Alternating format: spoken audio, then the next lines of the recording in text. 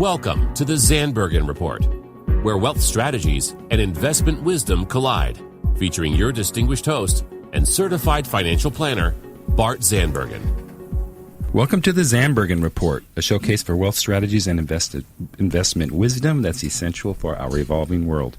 I am your stumbling host, Bart Zandbergen. I like that. And Paul, we left the door open, and look who followed me in here today. Hey!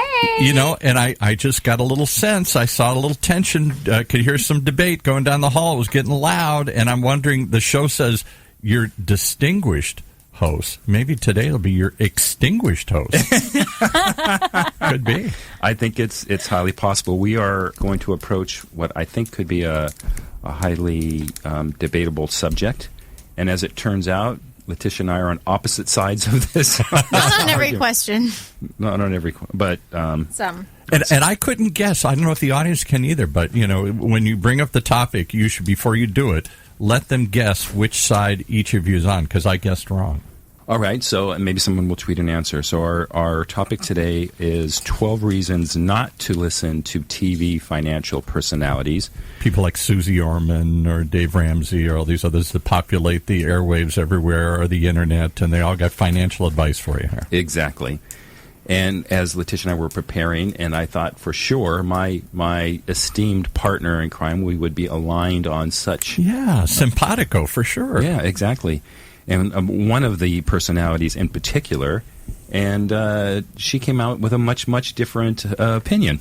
She kinds of reminds me, you know, I had my 5-year-old grandson with us this weekend, and every time I'd say something, he'd say, "Oh, no, no, no, no. Oh, no, no, Grandpa. Oh, no, no." I'd say, "What should we do?" "Oh, no, no, no, no." So that was what I was hearing coming down the hallway here. You're the old man, and she's giving you the new view here. Thanks, Paul. Appreciate that. Can't I just be the man? No, the old man is so I had to bring pretty. me into it somehow here. Right. All right, so since we do have 12 reasons, we're going to get started. But wait, hold on. We already said Paul is going to help us today, be the tiebreaker. Yeah. Well, and again, because the whole premise is you're saying 12 reasons not to listen to these people. Don't base your financial future on this pop psychology that you're getting from these people dispensing here.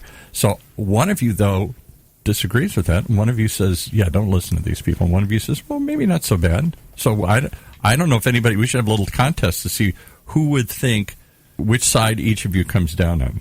So what should we do? Go through a couple of questions and see if anybody tweets in? And if not, it's going to become apparently clear, abundantly clear. Probably after the first or second. I assumed that Letitia's young people hate authority. This is a YouTube world. I don't need you to tell me the answers. I can go find it myself. So I would think she would immediately be against any sort of prepackaged advice. But I'm hearing that she kind of likes some of these people. I like advice. Would you like to comment? I like advice. I like information. I like knowledge. Because they say millennials hate advice and hate information. You know, where they hate being It didn't told. mean I have to take advice. I see. Okay, so we know the answer. Letitia's not as anti as you are here. All right. So let's start. Let's make it through this list. So the first one is all advice has to be taken with a grain of salt. Now, you cannot disagree with that. No, I completely agree with you. Okay. Well, thank you. So we're 1 for 1. And I think the specifics there are the one thing. If people remember the very painful first episode of the Zandbergen Report where I was interviewed. Yes. And one of my things is you never speak in absolutes. Yeah, it's hard not to mention names, but there's a couple of very prominent, both Susie Orman and Dave Ramsey. But one of the things I think they're most popular for doing is taking a stance on something, and that's the general statement. It's an absolute. And you got to be certain. This is it. That's the thing to do. There's 3 ways to fix your marriage. There's 2 ways to save your... There's 5 ways. We love these instant, quick answers to complex problems. But I will take the stance, again, that there's no absolutes in that... Are you absolutely sure there's no absolutes? Well, we gave Paul we gave him authority today. We did give him authority today. Just playing my role here. So, here's a perfect example. Susie likes to say, never buy, we call it cash value or permanent insurance, only term. Term is the only way to go. I take offense to that because there's different circumstances. Both Letitia and I are not a big proponent of having to buy insurance unless you need it, number one. Number two, we do a complete evaluation to decide All right, what is the insurance need? Is it for a temporary period of time? Great, let's get some term insurance. Is it permanent? Do you have an estate the size that you're going to have a significant estate tax when you die? Let's look at permanent insurance. So, Tish, you're gonna fight me on that one? I'm ready. Okay, so it says regardless of the source, I think that you should always check the source, and every source has their own bias and their own background and their own objectives. But let's just say it's a public speaker. It's a public speaker that's talking about finance. So sometimes you have to speak generally, and they have to speak generally because they're talking to the masses. And in these two examples that you're referencing. So my thought is I agree with you, but sometimes in their defense, they have to speak in general terms because they're speaking to a lot of people. They don't know the individual's specific situation. Okay. Oh, this is going to be fun. So, you know what we do? I gotta interrupt. I gotta ring the bell here. Ready? Okay. Let's get ready to rumble! Okay. Don't hold back no more. So here's what I agree with you. You can speak in generalities, but don't make an assumption. So if someone's speaking to the fact to say, only buy term insurance, don't buy permanent insurance, they are making assumptions about their audience. That's not a generality. That's making a very pointed assumption. So that's not fair advice. It's not fair financial advice. It's not good financial advice. So when I have to sometimes make a statement, I will reference an example. So are they just making blanket statements, or they're just examples? It's blanket statements. Okay. It's what I agree with you on this one, by the way. All right. There's one. Moving on. Here we go. You beat her down on that one. You beat her down on that. I did agree with him in the beginning, just so we're all clear. Okay, so number 2, TV personality, quote unquote, doesn't know you. Agreed. Somewhat related to the first one. Someone who uses an advisor, doesn't have to be Letitia and I. That advisor spends some time getting to know that person, finding what their goals, objectives, what makes them tick. You and I have a 61-question process where we go through and really understand these clients. Someone on TV or on the radio doesn't know, is making, again, blanket advice without knowing the particulars. And actually, this isn't only specific to TV personalities. This could be to the low-cost custodians where you might call someone direct. You're going to get someone on the other end of the line. Could just be in college, right out of college, don't know you, and they're purportedly giving you investment advice or financial advice. I take exception to that. So also, is to add to what you're saying is, as far as they don't know you, some of these public figures are not licensed, so they don't have the same fiduciary responsibility as we do in understanding your entire financial situation to be able to give that advice. So that rolls into number 3. I'm glad you brought that up. Most of their advice is very general. That's what you're standing, that's your soapbox, that they're giving general advice. Well, I think general advice is a negative. You were taking it as a positive, but I know I'm picking on poor Susie Orman, but she hasn't had a license since 1991. What? So I didn't know that. Really? There you go, Paul. So she does not have the same oversight that we have. I mean, the audience probably doesn't know that every show that we do here goes through our compliance, gets dictated, written, and sent to compliance to make sure we haven't said anything inappropriate. It's not the same for the TV personalities. They can say whatever because they don't have the alliance, they don't have the compliance and the oversight that we are bound to. And yet people rely on them because they are in a public position. They're on television. They're on the internet, sell a lot of books, whatever it is. So we have a tendency to believe them because they're celebrities. Agreed. But here I'm going to add another element, Bart, that I want you to consider. So sometimes, in my personal opinion, I don't necessarily know if people not everyone has access to good financial sense.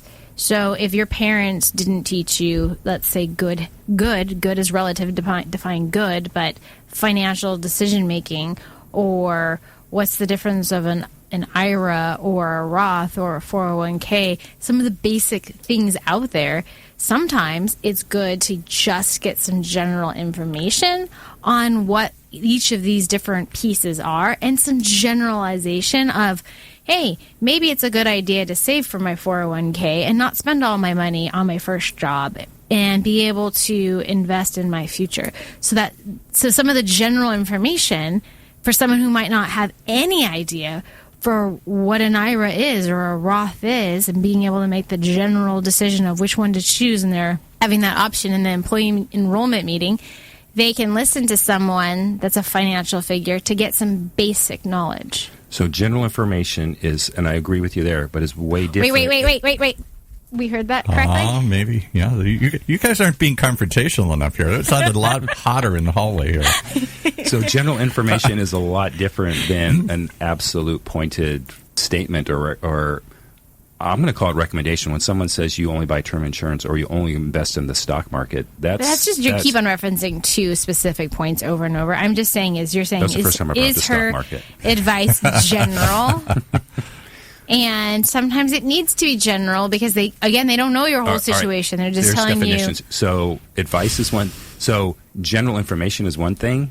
General advice is another. Right. General advice. So how do you decide if what they're telling you is educational? I'm just going to tell you the difference between a Roth IRA and a 401k and all the different kinds. It's like going and just taking a class or reading a book. You're just going to kind of learn about the different things out there. But then they cross over and they express their own views and their own opinions. This one's bad, that one's good. Okay, a great example of that is when she had her show, Susie Orman, if you want to reference Susie Orman, when she had her show and she went live on the air, people would call in with questions about specific things, and at that point she's not giving terms and facts of what the limits are, and you're giving information when you're giving very facts of what it is and limitations, maximums, qualifications. That's one. And then you're actually giving advice when people are calling you on air and saying, hey, I have a 401k here. Should I take it out to buy a boat? And then she gives her full spiel on if they should do that or not. I don't know if you guys remember that, but I remember that. And that is what I think is a problem. That is not okay to give specific advice when they don't know all the situations that come into play with their financial situation. That's been my point from the beginning. We got to, but isn't that what we see in pop psychology today? Isn't that Dr. Phil, who we watch him dissect some complex relationship in 30 seconds? Yeah, I don't even want to go down that path, but yeah. I don't want to get too controversial. It's kind of the same thing. But right? Okay, so we'll shift gears. You brought it up, Paul, then you made a comment that I'm using the same example. So David Ramsey, his comment always is, Roth IRA, Roth 401k, only do Roth. That is not good advice. If he were to explain, this is the benefits of a Roth, this is the benefits of a traditional, but you can't make a general advice that you can only use a Roth. There are people in a high tax bracket today that are going to be in a lower tax bracket when they retire. Right. They should be using traditional tax deductions. That kind of advice is not okay.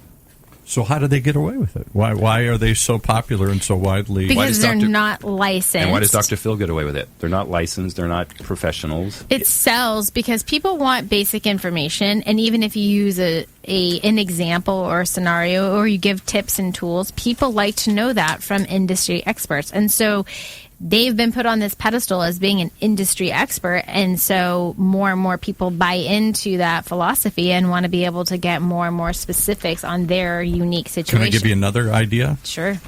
I think it has to do with certainty. When they stand up and say, this is it, we all like to think, okay, great. I don't have to think about it. I don't have to evaluate it. I don't have to understand it. They're going to tell me the two things I need to do, and I'm just going to follow them. Now, I might not like it, but then I'll just go look for another guru. People like direction. I would agree with that. People absolutely do like direction. Apparently, because they're getting paid a lot of money to do what they do. But I also think of, as Paul was saying, we give our clients direction. Yeah, but we have knowing the full picture. Exactly. But we're still giving certainty. We're still giving direction. Yeah, but an educated with Correct. Knowing more knowledge. Correct. Do you have some clients that just say, just take the money and do something with it? I don't want to know anything about it. But we still make them know what's going on and educate them. Yeah. But to Paul's point, there are very famous economists that are supposed to be predictors of where the economy is going, and they take a very, very strong stance. Yeah. We're saying names here. So Harry S. Dent, here's one. Mm-hmm. We're going to get so much hate mail. They can call in. We'll give them the free number. They can call in. From my knowledge, he was right once in his career, and he has been a go-to guy since I've been in the business for almost 30 years. And he makes predictions of the roaring 20,000 Dow, but he made that 15 years ago, and we were not at 20,000 yet. Now he's predicting Dow 5,000. And he makes to Paul's point, he makes a very strong statement, a very strong prediction, and people glob onto that for right or for wrong. And again, that's not your opinion. That's his opinion. Because true experts, like you guys, you're going to give me the pros and cons. You're going to give me both sides of it, and then my head explodes. I think there are too many people that just want to say, just tell me. It's kind of like the way my daughter is, I'm sorry to say, about voting. I don't want to know all this, Dad. Who should I vote for? Just tell me. And so I think they like that certainty about it, even if it's certainly not a good idea or certainly wrong. Paul, you should do what I do to my wife. Just take her voting card, mail it, and just vote for her. See? Right, exactly. Wrong. That's All right, number 4, your own financial situation is unique. There's a thing going on here, but there are a couple of the TV people who are just stock market, only stock market. Well, look, stock market is great. It has its good years, it has its bad years. But would you and I ever put anyone in 100% in stocks? No. But some of these people are actually professing, hey, over the long run, you're going to make more money. Yeah, maybe you can and maybe you will. But are you ready for the volatility and or the gold heartache? bugs or other people? Yeah, exactly. Agreed. Yeah. All right, number 5. When you get that popular, there are always commercial biases. I don't know if you remember, this was kind of a debacle or a fiasco. Poor Susie, had a prepaid debit card. And, at its core, I think it's a pretty decent idea for those that have had credit issues. Here, get a prepaid card. You can use it. It's convenient. You can't go over limit and so on and so forth. But you can't I'm going to suggest that you don't suggest to the entire listening public that's the only way to go. For our clients, we're always recommending, hey, if you pay your bills on time, get a card that pays you back or gives you points. You're going to maximize your leverage from those sort of things. Anti-fraud capabilities, and there's all sorts of benefits. So, again, a very general, absolute statement. So I'm losing the argument here. I mean, I don't see that you're both nodding and saying yes here again. I hate this. The crowd wanted to see a smackdown here. But I'm that good, Paul. Apparently. All right, number 6. There's a bit too much emphasis on the little things. This one just really, really gets me. I'm picking on the 2 again, but one of their points might be, hey, forget the $4 latte every day. You're focusing on your budget, you're focused on your bills. Yeah, right. So in concept, focus on getting your financial house in order. But you know how much money you save in a year on a $4 a day latte, Paul? Oh, wow. Yeah, I'd have to do the math. $1,000. $1,000. Yeah. So how about focus on, hey, if that's really an issue, maybe you overbought on your car, you overbought on your house, or there's other things that you're doing. I think that's just a little out of touch. Can I give you another little one that just came up on another show, and I'm guilty of this, and many others confess to being in it. We all subscribe to little $10 things. I'm going to get a $10 to check my credit. I'm going to get a $10 something, a little software, an app. I'm going to get $10 for Amazon Music, and we sign. $10 is nothing. Pretty soon you realize you get $600-700 a month going out in $10 a month charges. So exactly. So I agree with Paul in this, and this is where I'm going to come back and rebuttal for Bart. Is if you don't have control of your expenditures, a coffee is just an example. But usually, if you're spending over your budget on a coffee and you can't afford rent, a coffee is an easy solution to be able to cut out of your diet and or your expenses to be able to bring it down. I get it. It's not going to change the world by these little teeny granular ones, but it's being able to take a big concept and make it applicable to something tangible that they're doing every single day, that what Paul just said is they're not paying attention to the details and they're just expensing it like, oh, it's just part of this. I need this every day, and you don't even realize it. Or that gym membership that's sitting on there that you signed up for that you don't go, that's automatically prepaid for every single month, but you're not going to that one and you chose a different one, but you forgot to cancel the other one. Like little things like that just sit on your expenses all the time. I think that she picks up points like that to be able to say, know where your money's going, the inflow and outflow. And we talk to our clients about this all the time. And usually they have a better grasp of cash management. It's not the $4 latte. We're talking about bigger things. And we are very specific, not just general, the coffee or latte. And you know what? You're a buzzkill, and I'm going to go get a grande sugar-free caramel latte on my way out of here. Because I don't think you would actually drink that. Just saying. It just sounds good. He's mad now. But no, okay, so I listened to it. I took that advice, and I stopped drinking the coffees at Starbucks because I was spending way too much money. But I was the crazy person that instead of spending the money at Starbucks every day, I then bought more stock because I liked the company. So that was something that I personally did many, many, many years ago. But I took that advice. So Susie that was something I applied Susie to. saved your life. No. So just whatever you do not stop drinking coffee. 'Cause I've seen you without coffee. It's not good. Just all right. I'll buy your Starbucks. Whatever. How many more we got to go through? We're halfway through the list. Yeah, we got 5. So let's go fast. No, not everyone should invest in stocks. That's point number 7, and I did reference it a little prematurely. What I don't like from the TV advisors are one-size-fit-all advice, and I'm kind of driving Agreed. that point home. But that's just diversification. We talk about that all the time.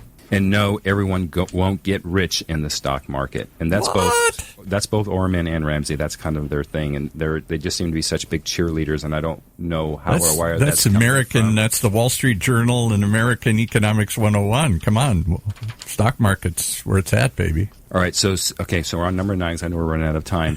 So I will say that they don't always follow their own advice. So Susie's big thing is stock market. Guess where most of her money is, Tish? In real estate. No, Paul. That's real estate too, but you got me. Business. Municipal bonds. Munis. What? Susie Orman, who's always talking stocks and everything here? Exactly.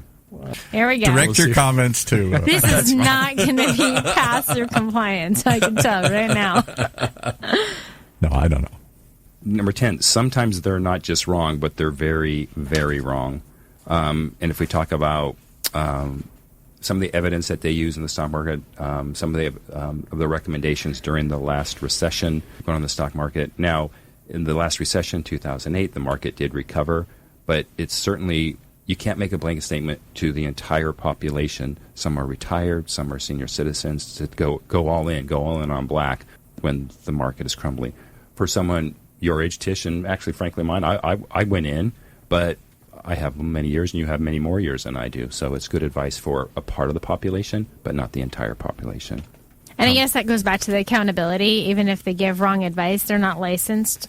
That's so the key. They got nothing to lose. So they have nothing to lose. I can say, go in on all black. Bet it's black reputation every time. that they lose. Instead, and reputation and followers and maybe sponsors or people who are subscribing to their extra cash flow businesses, like their books or their subscriptions.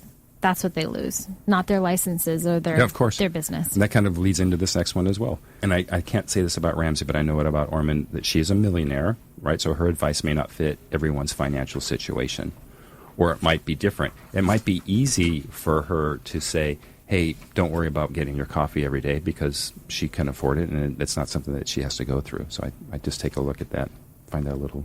Do you? I sense. That's an opinion. I sense there's another thing here. Do clients come to you having watched some wizard on TV and say, "Well, why not this?" and want you to do something because they watched one of these people and suddenly they think that's the answer, and you're like, "No, come on, we talked about this. That's not what you should be doing." Do they come to you with these ideas that they've gathered somewhere else, and then you have to talk them off the roof here, talk them off the ledge from jumping into these disasters? I think over the last 27 years, I've had 2 that have done that. So no, this isn't what prompted this conversation. You would think it would happen more, but I think our clients are a little more astute than to take advice from someone on TV or. I'm getting a stink eye right now. Whoa, pretty bold statements here. Right. Okay, then last, and then I think I'm going to be done because at the end of the day... This is the Bart Zandbergen show. Yeah, Bart Zandbergen opinion. He's ranting today. Right? I know, watch out. And this crosses over beyond just financial TV. It goes into the TV psychology and everything else, trying not to mention names. But at the end of the day, they're entertainers, I think, first and foremost. They are. Because like I said, this is their reputation. They're not getting paid based on their performance, or they're not managing and have liabilities. It has nothing to do with what their day-to-day. All commentators, they're there to get you riled up. They're there to be certain. They're there to give you direction, to provoke you to do something, good or bad. To do, I have a tendency to be into politics, and I won't go too far into that. But I watched one of these guys on one of these interviews once, and he said, "Just a showman. Don't take it so serious." Yeah. So, and that really crosses over before we get out here is even the network news, the business news channels. At the end of the day, They're there to sell ad space, right? So, ratings. So to that, Paul, we have more clients that will come to us. They, hey, CNBC said this, Jim Cramer said this. So that happens a little bit more than the people we've been discussing today. Right, exactly. But it's the same kind of symptom. Whereas same thing. You think there's a simple answer, and they say something provocative, and you go, yeah, that makes sense. Why not? We should be doing that. I should be buying Lithuanian gold stocks here. Well, I should be buying a Bitcoin. Yeah, come on. All right, I'm all out of air, and wow. Do you feel better now that you let it out? Well, yeah, except for I'm afraid I'm going to get flogged on the way out. She is kind of giving you stink eye, right? Yeah, a little bit. She's not sure she went for this whole thing. All right, so you want to close up? Point counterpoint. Obviously, Bart doesn't see value in these people. All they do is give you general, broad things. They don't know you. They don't understand anything about it. They don't present any of the complexities to it. They just make it simple. Here it is. Go do it. And he sees that as a danger. You seem to think it more educational and have some value to it.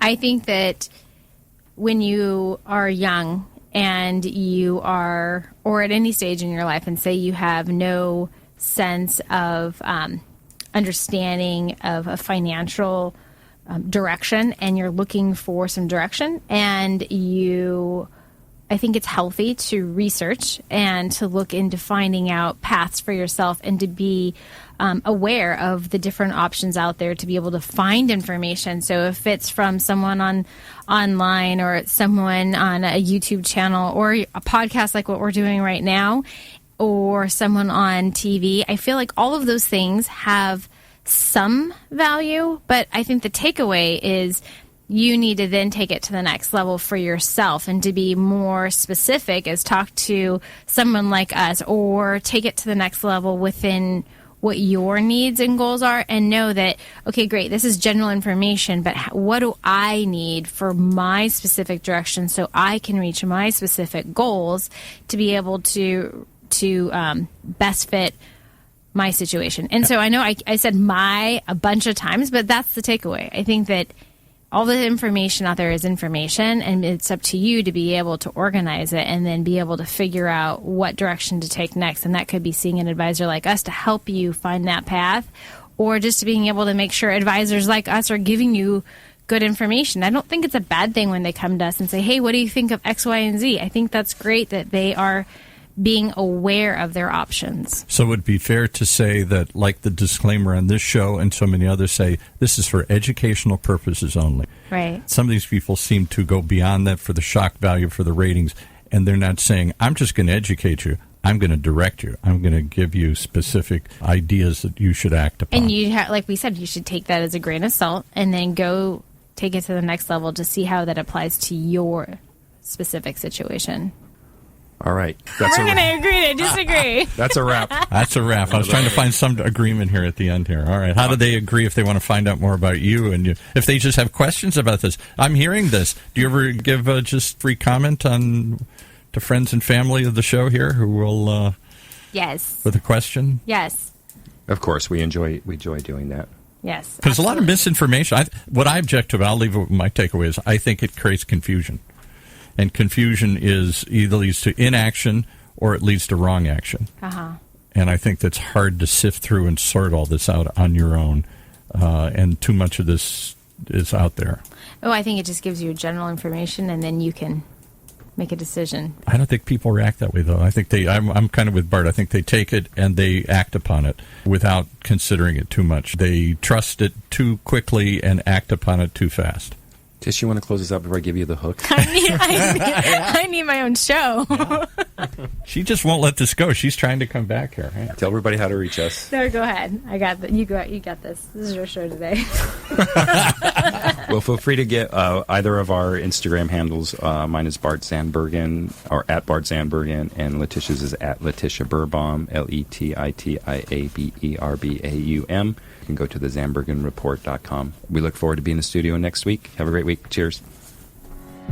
Tune in next week for the latest edition of the Zandbergen Report, Tuesdays at 2 p.m. Catch up on our recent shows by visiting bartzandbergen.podbean.com. The Zandbergen Report is also available on iTunes, iHeartRadio, and Spotify. Interested in being a featured guest on our show, or have a question you'd like to hear us answer? Email podcast@bartzandbergen.com. Bart A. Zandbergen, CFP, and Letitia Berbaum, AIF, are registered investment advisors with Optivest Inc. and registered representatives with Gramercy Securities Inc., member FINRA and SIPC. Investment advisory services are offered by Optivest Inc. under SEC registration.